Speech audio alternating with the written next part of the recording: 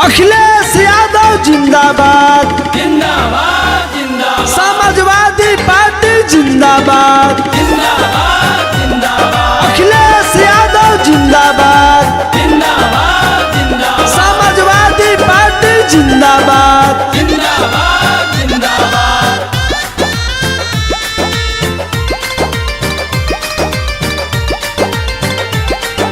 मंदिर मस्जिद और गुरुद्वारा सब है हमको प्यारा।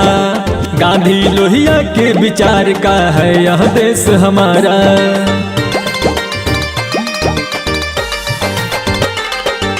मंदिर मस्जिद और गुरुद्वारा सब है हमको प्यारा। गांधी लोहिया के विचार का है यह देश हमारा।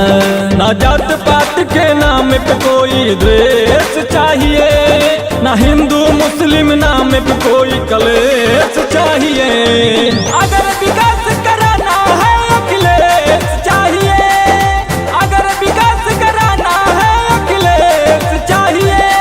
अखिलेश यादव जिंदाबाद जिंदाबाद जिंदाबाद, समाजवादी पार्टी जिंदाबाद जिंदाबाद जिंदाबाद, अखिलेश यादव जिंदाबाद जिंदाबाद जिंदाबाद, समाजवादी पार्टी जिंदाबाद। जिंदाबाद जिंदाबाद।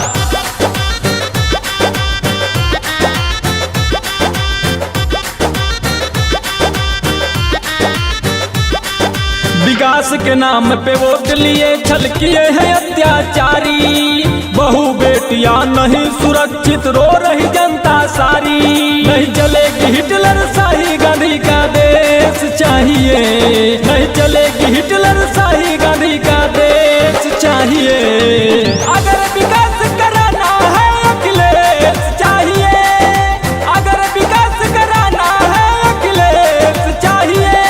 अखिलेश यादव जिंदाबाद जिंदाबाद जिंदाबाद, समाजवादी पार्टी जिंदाबाद जिंदाबाद जिंदाबाद, अखिलेश यादव जिंदाबाद जिंदाबाद जिंदाबाद, समाजवादी पार्टी जिंदाबाद। जिंदाबाद जिंदाबाद।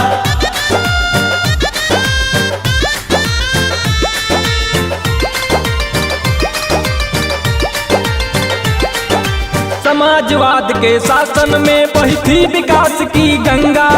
एकजुट हो जाओ नौजवान अब करेंगे इनको नंगा।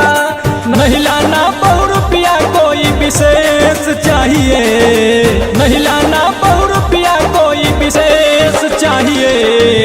अगर विकास कराना है अखिलेश चाहिए, अगर विकास कराना है अखिलेश चाहिए।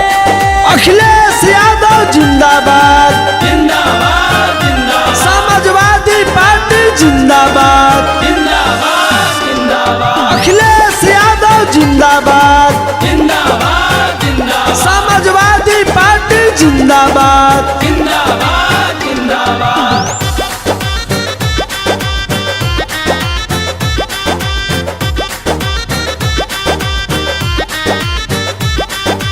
5 साल है बीत रहा कुछ काम न तेरा दिखता है। अखिलेश के द्वारा किए काम पर अपना नाम तू लिखता है।